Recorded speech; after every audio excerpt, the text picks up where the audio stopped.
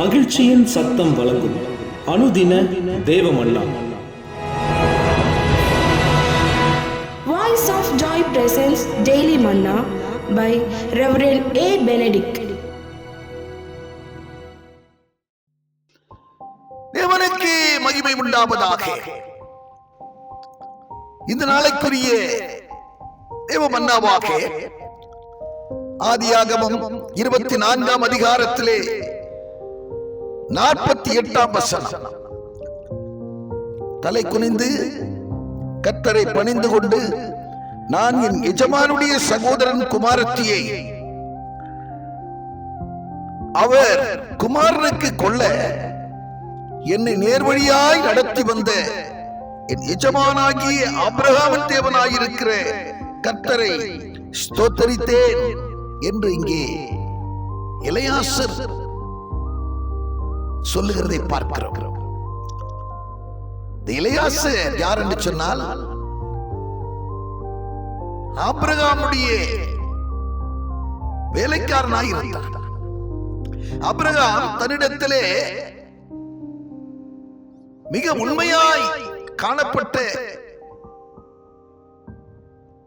ஒருவனாக எலெயாசாரை அவன் எண்ணி இருந்ததினாலே, அப்படி உண்மை உள்ளவனாயிருந்த அந்த எலெயாசாரை தன்னுடைய குமாரனுக்கு பெண் கொள்ளும்படி அனுப்புகிறார்.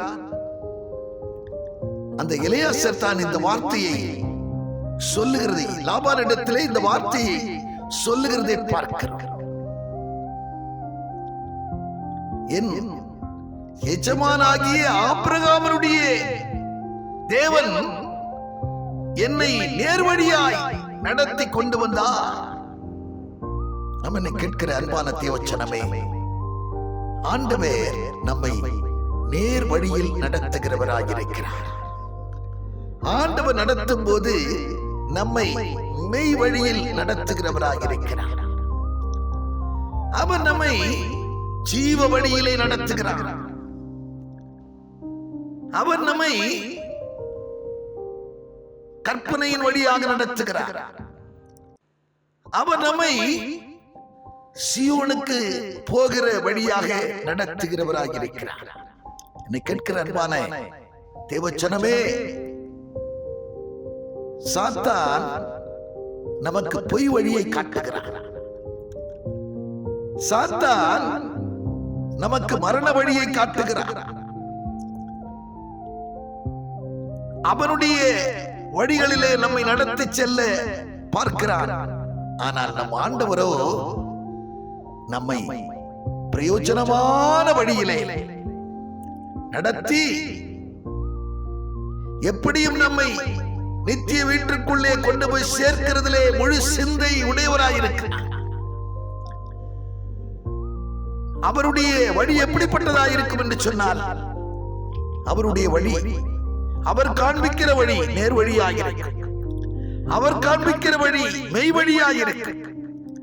அவர் காண்பிக்கிற வழி சத்திய வழியாயிருக்கும்.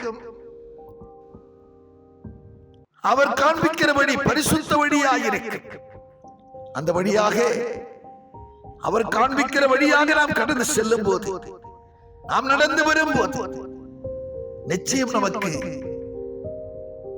நித்திய வீட்டிலே கொண்டு போய் சேர்ப்பார். நித்திய மகிழ்ச்சியை நமக்கு தருவார். நம்ம நிச்சயம் நம்ம அக்கறையில் கொண்டு போய் சேர்ப்பார் என்கிறதிலே கொஞ்சமும் சந்தேகம் இல்லை. ஆமென்.